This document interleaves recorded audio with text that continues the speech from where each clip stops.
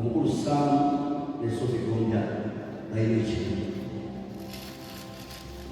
wabawa bakikiridde akiteekeko mukulu Mayinja ekyaga otuteeka ekimu ekyo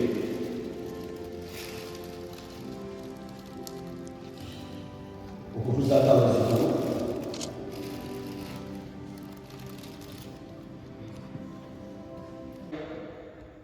ndabyewo omukulu Bebekulu n'owebbeeyiwo Zuwena.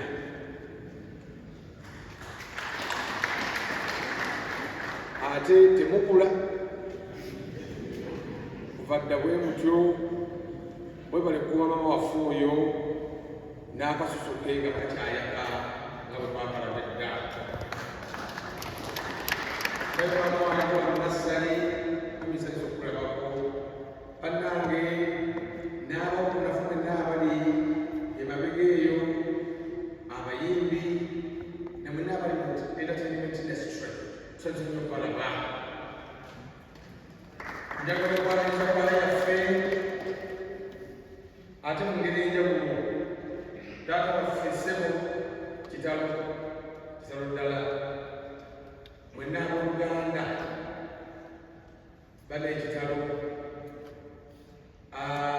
yabo Josephine Namugerwa ne famire yammwe yonna baganda baffe ne bannyinaffe tusanyusa okubalaba bana ekitalo ddala ekyamamu waffe n'abantu ba Katonda mwenna buli omu kiti kye bali mwebale kujja nga tusobola okusabira maama waffe ono anti nakafeero wano mu kathedro era emikolo gyekitandika butandise kyo kyekitambiro ekiguddewo atwongera omuwongayo eri Omukama. Nebaza mwannyinaze Josephine okunkubirako ate n'okumpita n'okummikira mu ttongole bana ekitalo mwebale kunyanjaba maama waffe ono mwebale mubeereramu mwebale ddala tusaba Mukama abatulire omukisa namwe mwenna bonna bagambyeko ne mukola obudde ne mujja bane Mukama abatulire omukisa. Si byangu nnyo muntu abakulidde kujja akawungeezi n'onyigamu program ne musobola okujja mukateekaaata tusaba Mukama abatulire omukisa. Okubeerawo kwamukumya kunyweza famire bwefiirwa maama oba omuzadde bwe mubeerawo mukumya ate ne mufuna omukisa. Tera ogamba abantu nti abantu batunoonya emikisa bagasabira ne tubasabira abamu ne tunoonya emikisa wonna masinzizo naye emikisa egimu tugifuna tuti okubeererawo bayibuli okubeererawo abantu bafiiriddwa ekuyita corporeal work of mercy nga kikolwa kyakisa ekibeeri abantu era kimanyi buli omu kyokoze nere mukyakola n'okubeerawo bwe munaabiviramu byonna era nga mufunye empeera. Njaga okwebaza Omukama Katonda emyaka gyawadde maama waffe. Maama mumumanyi nnyo mmwe abaana byonna byabakoledde ge maziga agabayitamu, so twebaza Mukama Katonda byonna byakoze mu maaso gammwe, byakoze mu maaso ga taata. Buli kimu kyonna kye mumanyiiko ekirungi tukyebaza Mukama nti Mukama yeebale nnyo, yeebale ddala. Abantu bafa enkya n'eggulo. Ntera okujjukiza abantu nti buli katikitiki nasema okusoma ku Google buli katikitiki abantu wakati wa 1.8 to 2 abantu omu ku babiri kale abantu nga babiri bafa buli katikitiki. Buli katikitiki nti olunaku lugenda okugwako abantu abakonokkiriza emitwalo 17 babeera bafu. So okufa kiringa ekya bulijjo naye si kya bulijjo bwe kibatuukako. So kimanyi tuli mu kyobeera naye twebaza Omukama byonna maama byakoze okutuzaala, otugunjula, otubeererawo. Mukama tumukubire mu ngalo nga tumwebaza.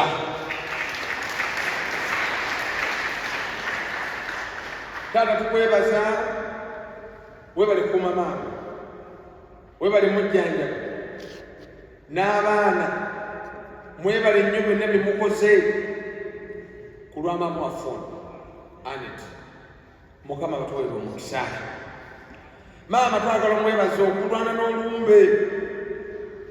Lumu naliko mu Amerika eyo nga waliwo omwami omugenzi Magoba yali alwala kansa. Kansa bulwadde buzibu si bwangu, era mu nnimi 16 ekimu ku bigambo ebisinga okutiika babiyita you have cancer.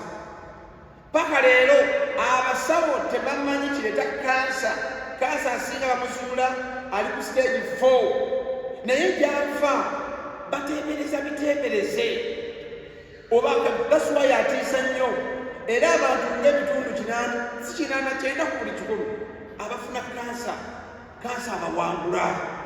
Kansa lutalo lw'amaanyi. Waliwo nga ndimubaga wano, waliwo omukyala yali alina obulwadde bwa kansa. Bamubuuza owaaye obulwadde buguli butya? N'agamba nga mpulira buluma luba lutalo kulwana. Maama alwanye.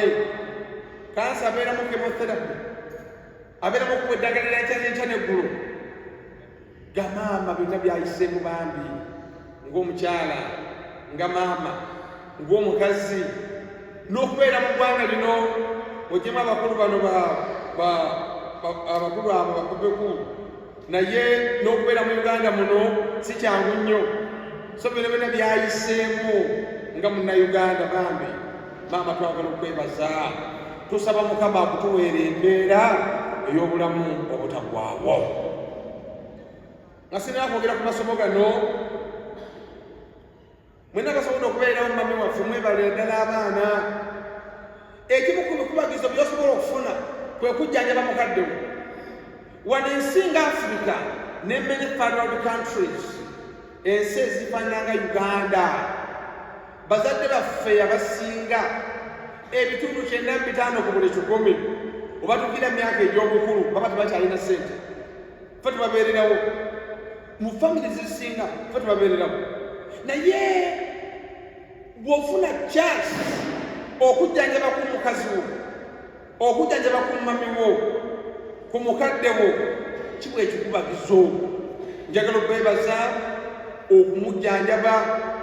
Era abantu bangi baali bamanyi nti mujjanjaba mami waffe. Mwebale nnyo. Tewali kintu kisanyusanga mukadde genda nga abasiimye. Abantu bangi bajja okubasabira, naye waliwo bentunuulira ne ŋŋamba kino nga kiringa ekikolimo ekitagenda. Tabanga omukadde ekimuteekako ng'agenda.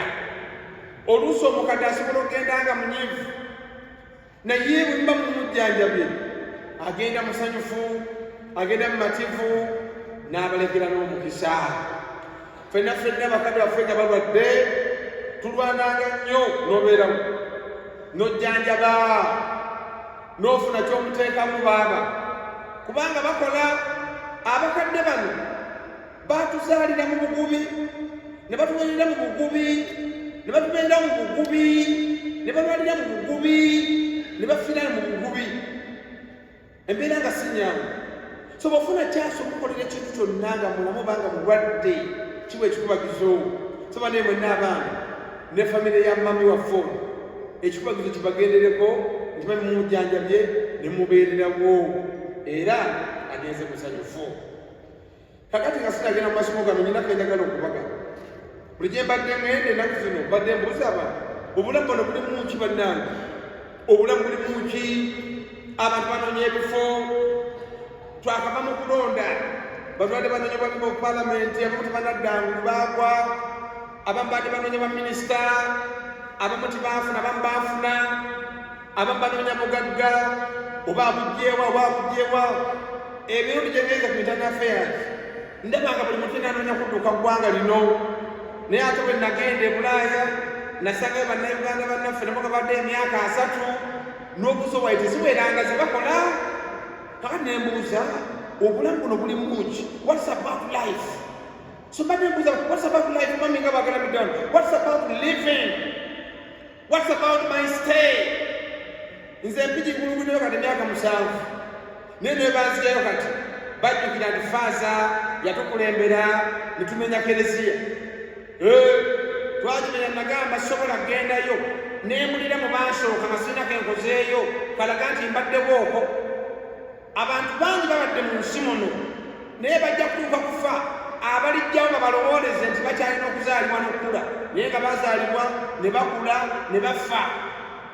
So mbuuza obulamu bulimu butya? Abantu babuuza musula wa? Mami asobodde okujjawo na bino byakulwanirira. Kereziya tosobola gipapirako, musabiremu. Omuntu alina okukwalifayinga okujja wano. Olina kubanga oli mubatize omukyalo ono fiina atera okubeera asobola mukrisitwa wano. Eyo kwaya naye agirinamu emikono ne famire eno yonna ate bandibadde waawo. So abantu babuuza what's about life? Kati empija eyo emyaka musanvu, what's about my stay? Singa Ssaabasumba agamba vaayo, what's about my stay? Gwe singa ofiira, what's about your stay? Mama waffe ng'agamba what's about her stay? Ntera okwotinga omusajja mu Bayibuli bamuyita Metusera, yawangaala emyaka 969, tewali kimanyikiddwako okujjako okuwangaala. Kuwangaala kyekyo kati bamanyiko nti yawangaala emyaka 969 mu Bayibuli ennene bweti. Tewali kye bamuwandiikawo okuzoka nti yafa, that he died. That's the only word written about that man, that he died. So never thoughts about life. Obulamu si myaka, obulamu si kubeerawo. President Museveni yagenda n'agamba nti even fools can survive in Uganda. N'abantu bayita ba fools basobola okubeera mu Uganda muno ng'olya bwebaka. But fools don't survive in first world countries.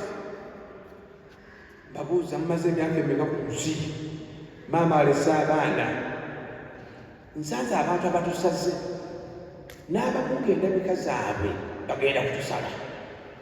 Abantu balengera nga instead of being prospects they are suspects. Mami waffe okubeera wano mwebuulirire, mulina kaki? Mwabali myaka egy'okuwasa egy'okufumbula musula kwa kulina kuuza abantu b'empiki n'obeera emyaka 65 okyapangisa, oyagala kubba musigo oba kuwandika mu ddaame? Nenfuna answer. Life is about significance, substance, impact. Life is about donation, not duration, not step. Obulamu kukwata ku bantu, kuwandiika linnya lyo mitima gy'abaana bo, kuwandiika linnya lyo mutima gwa bbaabo, kuwandiika linnya lyo mutima gwa mukazi wo, kuwandiika linnya lyo mitima gy'abantu bonna b'osanga, oba bakatoliki oba si bakatoliki. We must live in a way that what we have done we shall be not easily forgotten. Awo mami awo yatuyungula amaziga engeri gyatukolera n'atubeererawo. Nze nagamba singa onzaala n'otambeererawo oba oyagala kaabira nsasula. Twetaaga abantu nga mami waffe ono nti abaana bonna bazze ne bamujjanjaba kubanga yabeerawo. Mwenna mbatuma mugende mukole impact.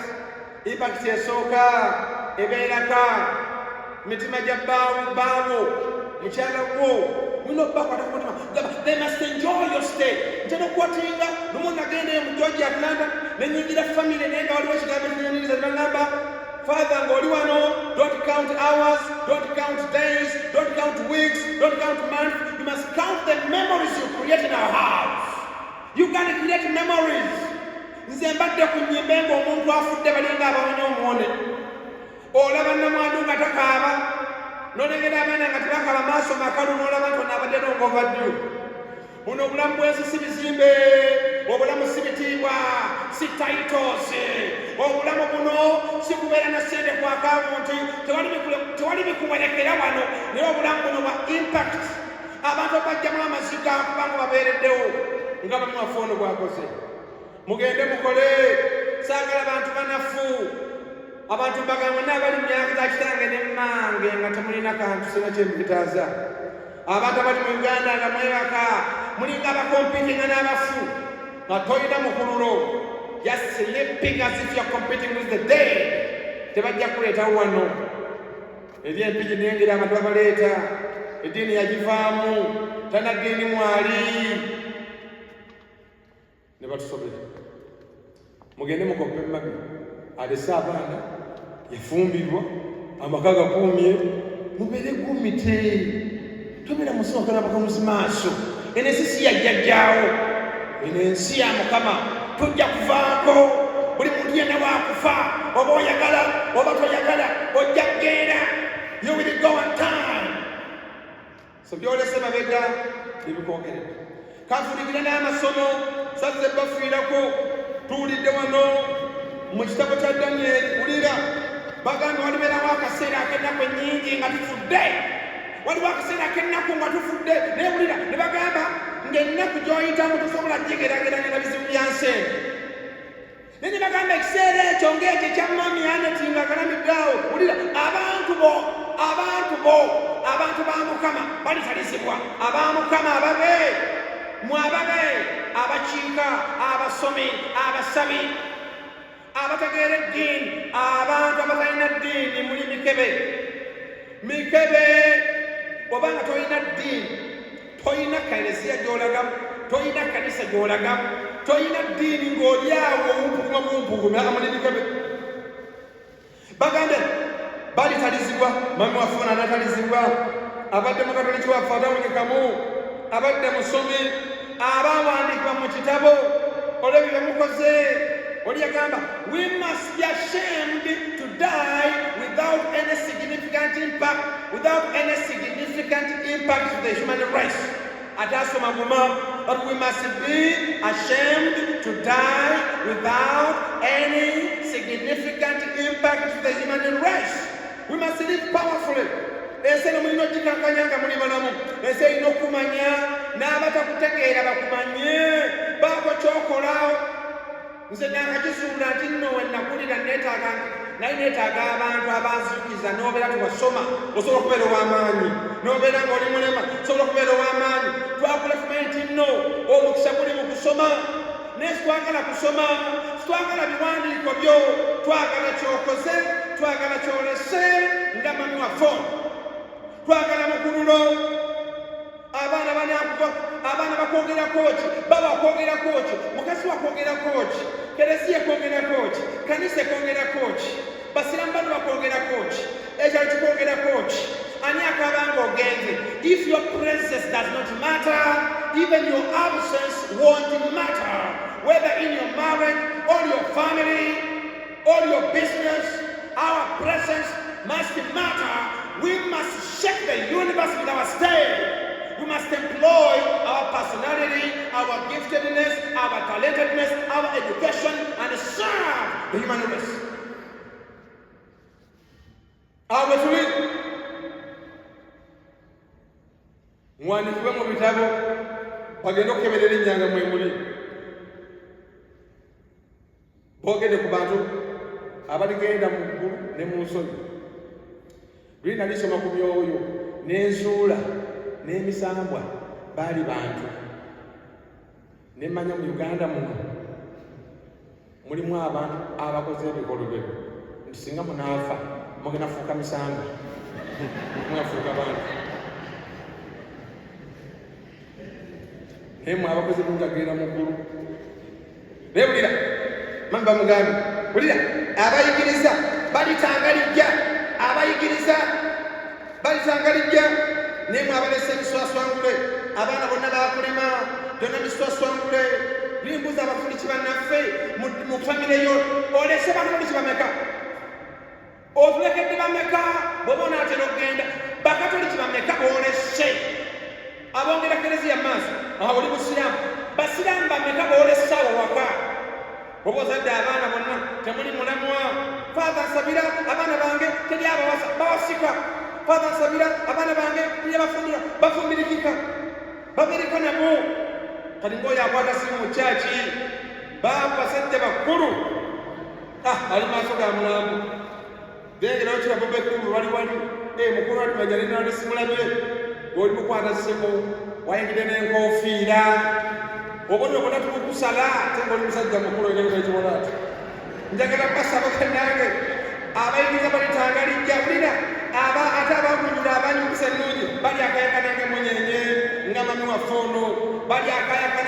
batudde abaana ne batudde wano bonna nga bampiso balengera bali akayakana mbatuma nga mpita mu maama mugende mugunjule abaana bammwe mugende mubasomese mugende mubabeererewo Mukama n'abawa empeera linagamba bati whenever a father or a mother decides to stand for their family, God stands for you. Sobola okwanira empeera ey'obuzadde abaana naffenna sobola kubagambye waliwo ennyumba Mukama gyatuzimbira mami gyagenze mukungubagire mu ssuubi nti mami waffe kyangu nnyo okufiira omuntu eka naye nga ne gy'alaga temumanyiiyo lumu nasabira omuntu nenyigiriza okwegategga ne bajja ne bagamba faaza ogamba anaagenda mu ggulu oyo konza ajja kugenda nti olengera mami akaaba bwe nalengera namwandu ng'amaaso makala ali ku bizinesi nemmanyi ono ajja kugenda mami waffe badde tumanyi kereziya tuli katuufu mukungubagire mu ssuubi agenze mu eyo ennyumba Mukama gyatuzimbibwa ne batazimba na mikono naye tosobola kuzimbira b'otamanyi Mukama azimbira b'ategedde mwaba mumanyi Mukama atuzimbidde n'ennyumba netuduwangaalira that is eternal life ate essomo erisembeyo lyenfunye liba lira vanjiri era njagala okufunika nalyo evanjiri eno Laazaalo yalwala alina bannyina e Betaniya naye naye neebuuza lwaki Yesu yali amanyi famire eno bwe bamugambe mukwano gwo Laazaalo alwadde baamutumira neebuuza lwaki famire eno eya Laazaalo eya Marita n'eya Mariya baali bamanyi nnyo Yesu n'ensuula Yesu bwe yagenda ne Betaniya be bamuyambanga mu mirimu bamuyambaku mu mirimu mu ggwanga mutulina abantu sente muzirina mulina ebitiibwa naye masinzizo temuli b'amaanyi mubeere b'amaanyi masinzizo olina okuba nga olina eddiini gye mwekutteko gy'okulidde mu bannange oba oli bw'amaanyi otya mwetaaga religion gy'onywereddeko kw'otambulira kubanga mu kutya Mukama amagezi mwe gasookera eyo Proverbs 9:10 mu butatya Mukama obusiru mwe busookera Bayibuli bwetugamba bane mumanyi bameka mumanyi kubafaaza mubayamba ku mirimu linakuza abantu bano obira omukristaayo emyaka 5 tolina devulani gwomanyi olimbega mu Anglican Church obira tuli omukatoliki myaka 5 tolina faaza nomu gwomanyi olimbega mu katoliki nowangaala emyaka 6 yadde okubeera Ssabakristu wa Kabondo gwabega abakatoliki bewammwe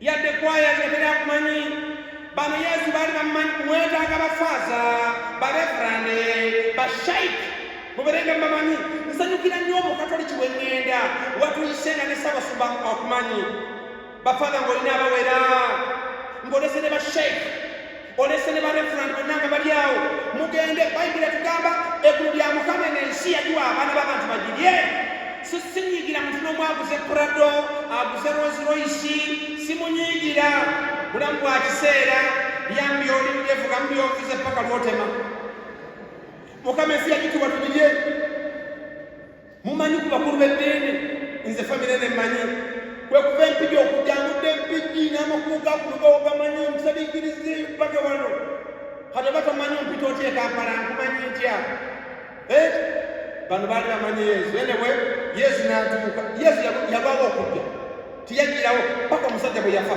yamuleka afe tiyagirawo paka bwe yafa ne bamusiika yamuleka afe ate ne mukwano gwe nedda tiyamuleka kufa yabawa ekigezo bano bagamba no testimony every testimony is preceded by a test namwe kati muli mu kigezo munywere mu kukkiriza mukadde kano nga bano famire Laazaalo bwe yali you must be strong in faith naye kyewunyisa Laazaalo yafa Yesu bw'ajja Marita n'avaayo n'ennaku ye yali badde anyiiga twakuuza n'otajja mwanyinaffe n'afa naye tiyanyiiga bwe yawuliranga Yesu atuuse n'avaayo n'amaziga n'ennaku ye n'agamba singa wali wano mwanyinaze tiyandifudde nammwe kati mulina ennaku muli maziga byonna mubireeta eri Mukama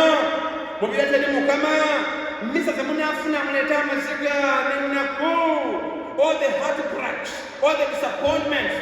Fenna abali eyo alibese bakubye ng'olina ebizibu, olina ennaku, oli maziga. Bring everything to the Lord. The Lord tells us in Matthew 11:5, come to me, all you who labor and you're overburdened, and I'll give you rest. Mujegendi mwenna abakabiridwa n'abasobereddwa nze mbatowolokose. Nga tukungubagira mami, Mukama yekka yasobola okubakubagiza. Ffe abantu tetumala, nibwe tunaabawo amabugo, nibwe tunaababeererawo. Mukama yekka yasobola okubakubagiza. Tubateeka mu mikono gya Mukama, bannanga babeere abakubagize. Muyite munjegeendo nga temusuza kukkiriza. Mbasaba kimu, mami byalese byongere mu maaso, eddiini ye mugyongere mu maaso. Because success with no successor is a failure. But a successful person, whether leader, whoever dies with their achievements, their generation of failures. Tokkiriza nyammwe bafiira mu ngalo, mwongere mu maaso baliyuzize, mwongere mu maaso eddiini ye. Abereke okulabirako, mwenafunikira abatuma mu nsi n'ebintu bina, mwekwase Mukama ababeere. Mwekwase Mukama ababeere. Akokubiri, live in your time. Live in your time. Anytime you shall die, live in your time. Weebuuza oli mu feezi ya bulamu ki? Yakola sente, yakuwasa, yakufumbirwa, yakuzaala. Buli feezi gy'olimu gibeeremu ne seriousness. Oba kuzaala, zaala. Buli myaka 2 ddamuleeba, myaka 2 ddamuleeba, myaka 2 ddamuleeba. Oba kuweerera, weerera. Oba kola sente zikole. You must live in your time. Live in your time zone powerfully. You must live life with passion. Very soon we are going to be old. We are going to die. Bwe munaafa bagenda kwogerako biki? Mugenda kuleka biki mu maaso g'abaana bammwe, mu maaso g'ebyalo n'ag'eggwanga? Njagala basaba mugende. Live in your time zone. Akokusatu, muwase, mufumbirwe ebikulu. Sanga abantu kali bana muli singo, njagala nzaala muze nkuza abaana. No.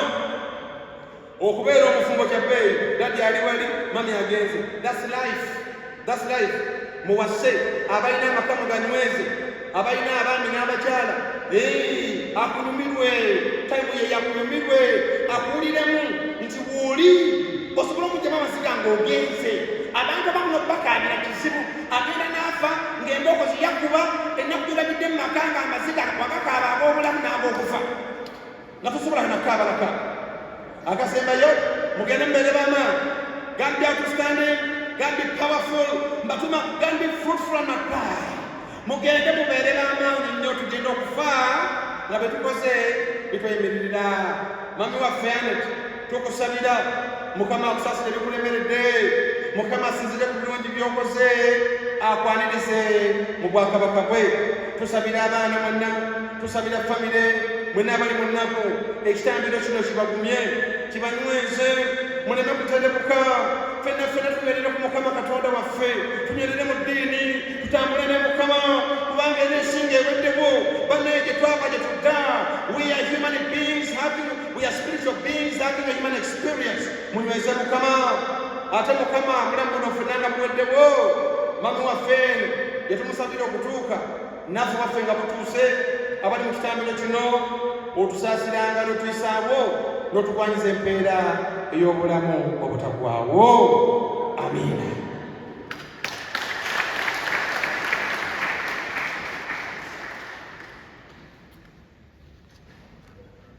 Adduukirire ffe abalamu n'abafu, kadde mami waffe agalamidde wano. Abantu bonna mu nsi banywere mu kukkiriza Katonda era nga bassa kimu. Tukikusaba Ayi Mukama. Tusabire ensi yaffe Uganda. Mukama atuwonya abakulembeze ababi, atuwa abakulembeze abalungi omutendera gyonna. Abanaayamba eggwanga lyaffe ogenda mu maaso, ate nga tugenda mu maaso n'obulamu bw'eggwanga. Mukama atutaasanga akabenje k'entalo. Tukikusaba Ayi Mukama. Bannaffe abatalina kalimu, abatalina mmere, abatalina we basula, Ayi Mukama gw'omuzadde wa bonna, badduukirire. Tukikusaba Ayi Mukama. Mami waffe ono Anet Nakafeero eyafunira mu batisimu, ensigo ey'obulamu butaggwaawo, Ayi Mukama tukusaba mugatte ku batuukirivu mu bulamu bw'olubeerera. Tukikusaba Ayi Mukama. mami waffe onana kinakafeero eyalyanga omubiri gwa Kristo ng'eyo emmere ey'obulamu obutaggwaawo. Mukama tukusaba omuzuukize mu kitiibwa ku lunaku lw'oluvannyuma. Tukikusaba ayi Mukama. Bonna abaafiira mu ssubi ery'okuzuukira, ayi Mukama tukusaba obayingize mu kitangaala eky'olubeerera. Tukikusaba ayi Mukama. Taata waffe, abaana, abazzukulu, abooluganda bonna n'ab'emikwano abali mu nnaku ne mu buyinike, abali mu maziga ne mu kungubaga, abemenyesa emitima, Mukama tukusaba basindikire okuyambibwa n'okubagizibwa bebagume banyweze obudde buno obuzibu. Tukikusaba ayi Mukama. Ffe ffenna abasobodde okujja ne tujja ne tubeera mu kathedro muno okubeera famire eno olw'okukkiriza kwe mwolesezza n'obujulizi bw'eddiini, nsaba Omukama akkirize ffenna lumu atuyingize mu bwakabaka bwe obw'ekitiibwa. Tukikusaba ayi Mukama.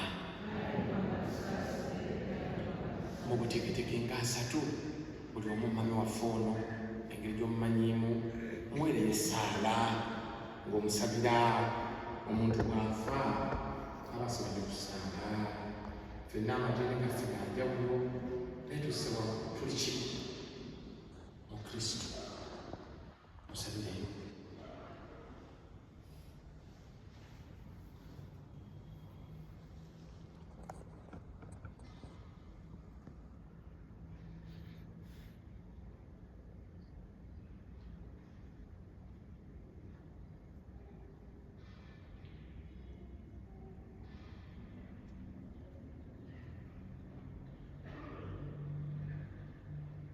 Tubikusaba ayi Mukama. Twegayirire ayi Mukama, okwegayirira kuno kiriza kukase emirimu gy'abaweza bino gy'abazaana ate mami waffe ono ani kinakafeero. Tukusaba ayi Mukama omuteme mu nvuba z'ebibi, omutuuse mu kwesiima okw'olubeerera mu ggulu. Tukikusabye ku bwa Yesu Kristo Mukama waffe. Tutuuleko okujja mu kereziya ng'ensawo nkalu obeera muzibu, obuze mu misa ng'ensawo nkalu kuba mwangu nnyo, naye buli omukkirira ku kyalo ky'otambula nakyo ekyekasawo ofune kyojjayo okiteeke mu kabbo nga twebaza Omukama emyaka mami gy'afunye, era nga tumusabira n'ebitambiro bya ssente byaffe ebyo nga tumukwasa Omukama mwanirize mu